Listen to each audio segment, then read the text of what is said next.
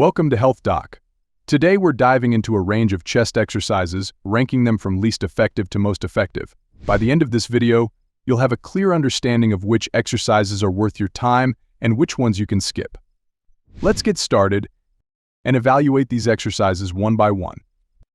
We'll start from the bottom. Before we begin, let me point out the criteria used to rank these. The exercises must deliver real results. They shouldn't be ineffective or fail to challenge you enough to trigger growth.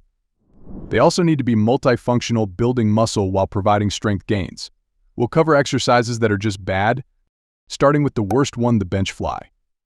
I know Arnold Schwarzenegger swore by this exercise, but just because Arnold loved it doesn't mean we all should.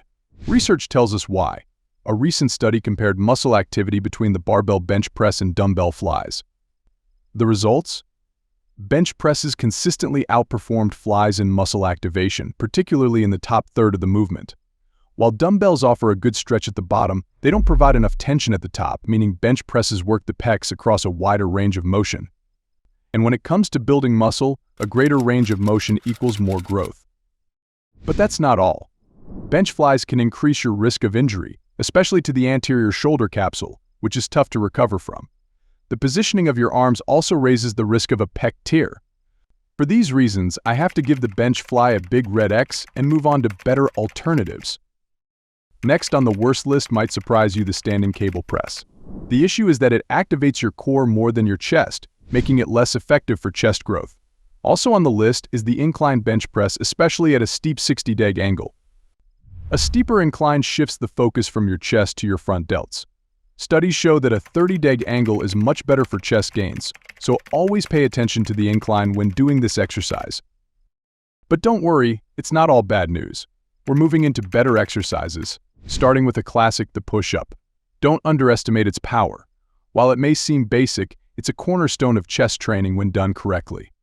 A study on hand placement during push-ups found that a narrow grip targets the triceps and stabilizers, while a neutral or slightly wider grip is best for overall chest activation.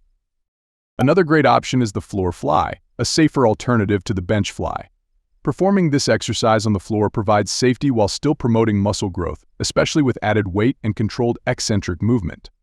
Let's not overlook the underhand dumbbell bench press, which deserves more attention. Research shows it activates the upper chest fibers more effectively than a 60-degree incline press. Now we're moving on to even better exercises. The decline bench press often goes unnoticed but is great for targeting the lower chest. Then there's the dip, a strong contender for the best push-up variation. Dips allow for easy progression by adding weight and can target stabilizer muscles with a twist. Finally, we reach the top, the cable crossover.